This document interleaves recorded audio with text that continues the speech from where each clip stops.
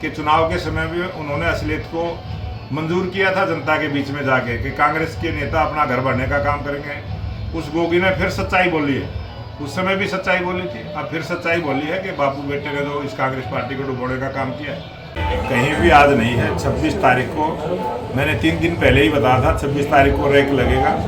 प्रत्येक जिला में आज DAP खाद उपलब्ध है, लेकिन उतावलेपन में कहीं ना कहीं कोई इस प्रकार का जो घटनाक्रम होता है उससे बचें। और आज हरियाणा प्रदेश में खाद की कमी को पूरा कर दिया गया। 28 तारीख को एक रिकॉर्ड लगेगा और उसमें जितनी भी खपत हरियाणा के किसानों की है पूर्ण रूप से उससे ज़्यादा खाद उपलब्ध रहेगा, कहीं कोई कमी नहीं है। अरविंद केजरीवाल ने कहा है कि दिल्ली में बिजली और पानी जिस तरह मैं फ्री दे रहा था तो अब बिल्कुल माफ़ कर दूंगा दिल्ली की जनता की। उसको किस तरह देखते हो जैसे चुनाव नज़दीक आ रही है?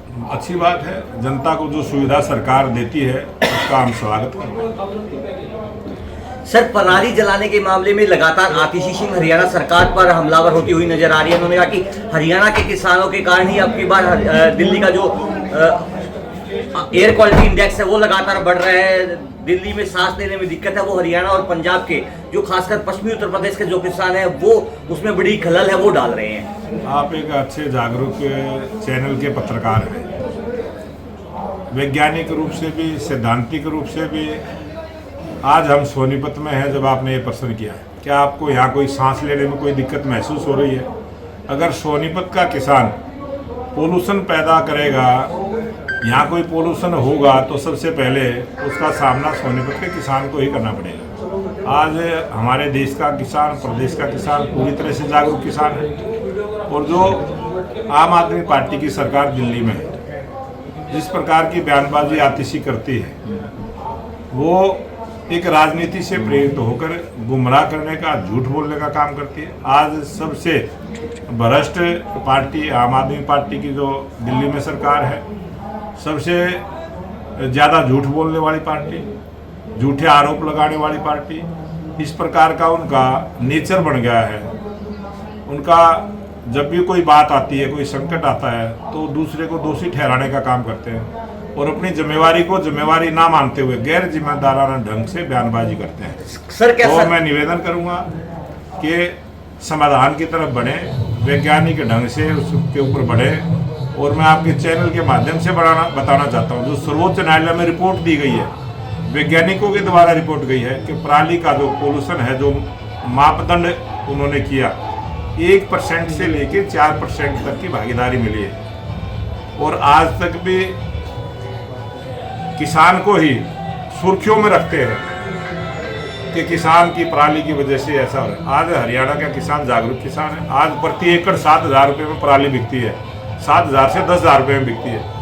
आज किसान को हरियाणा सरकार भी पराली प्रबंधन के नाम पर सुविधा देती है, मशीनें देती है, कटिंग मशीन देती है, उसका बंडल बढ़ाने की मशीन देती है। सब प्रकार का रूप से, तकनीकी रूप से हमारा किसान जागरूक हुआ है। और ये आरोप प्रत्यारोप जो दिल्ली सरकार के द्वारा लगाए जाते हैं, ये राजनीति से प्रेरित। महाराष्ट्र में चुनाव को लेकर इंडिया गठबंधन में टिकट बंटवारे को लेकर घमासान मचा हुआ है। अब दूसरी पार्टी में क्या चल रहा है, उनका क्या हो रहा है, वो सारा आपके चैनल के माध्यम से पूरे देश की जनता देखती है। और जहाँ भी जब भी चुनाव होते हैं इस गठबंधन में, क्योंकि ये स्वार्थ से भरा हुआ गठबंधन है, इनकी कोई ना नीति है ना इनकी नीयत है। और जो NDA गठबंधन भी देश में है, उनसे ज़्यादा पार्टियों का गठबंधन है NDA का गठबंधन, जो लगातार 10 वर्षों से देश के लोकप्रिय प्रधानमंत्री नरेंद्र मोदी जी के नेतृत्व में प्रांतों में भी सरकार है, देश में भी सरकार है। कितनी ईमानदारी के साथ वो सरकार भी चला रहे हैं, गठबंधन भी चला रहे हैं। इस गठबंधन से उनको सीख लेनी चाहिए। सर, क्या अब सरकार आपने बना ली है तीसरी बार ऐतिहासिक रूप से, अब क्या संगठन में कोई बदलाव होने की कोई चर्चाएं हैं क्या? ये हमारा भारतीय जनता पार्टी का जो संगठन है, हर 3 वर्ष के बाद बदलाव होता है, ये कोई नई बात नहीं है। हमारा संगठन लोकतंत्र की जो असली शक्ति है वो लोगों के मत से चलने वाला संगठन होता है, और वो भारतीय जनता पार्टी है। क्या संगठन में कोई बदलाव हो सकता है? ये संगठन पर्व चला हुआ है और हमारा सदस्यता अभियान चला हुआ है। 50 लाख नए सदस्य बनाने का लक्ष्य हमने हरियाणा प्रदेश में लिया है। हम इसको पूरा करेंगे।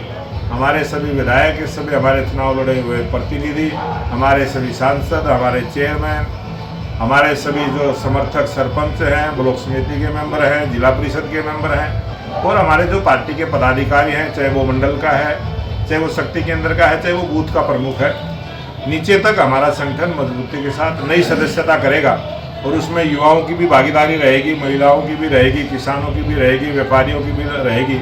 और हम अलग अलग बस अड्डे पर भी अपना काउंटर लगा के सदस्यता करेंगे, हम बाज़ारों में भी करेंगे, हम कॉलेजों के सामने भी खड़े होकर युवाओं की सदस्यता करेंगे। हम हर स्थान पर जाकर, हम मंदिरों में के गेट पर भी जाकर अपना QR कोड लगा के अपनी सदस्यता करने का काम करेंगे, ताकि जो 60 लाख वोट हमें इस विधानसभा चुनाव में मिली है, हम 50 लाख सदस्य भारतीय जनता पार्टी के बढ़ाते हुए उसको मजबूती के साथ ऐसा मजबूत संगठन बनाएंगे, अजय और अभेद संगठन का निर्माण करेंगे और लगातार हरियाणा प्रदेश में और देश में भारतीय जनता पार्टी की सरकार रहे, इस प्रकार का संगठन खड़ा करने का काम करेंगे। सर, शमशेर सिंह गोगी कांग्रेस के पूर्व विधायक हैं, उन्होंने कहा कि पिता पुत्र ने कांग्रेस को खत्म कर दिया। जो गोगी जी ने बयान दिया है अपने अनुभव के आधार पर दिया है, वो कांग्रेस की नेता है, वो अपने घर की बात अच्छे से जानते हैं और मैं उनका धन्यवाद भी करूंगा कि चुनाव के समय भी उन्होंने असलियत को मंजूर किया था जनता के बीच में जाके कि कांग्रेस के नेता अपना घर भरने का काम करेंगे। उस गोगी ने फिर सच्चाई बोली है, उस समय भी सच्चाई बोली थी, अब फिर सच्चाई बोली है कि बापू बेटे ने तो इस कांग्रेस पार्टी को डुबोने का काम किया है और मेरे को लगता है शमशेर गोगी सच्चे और सुच्चे आदमी है। Thank you sir. Thank you.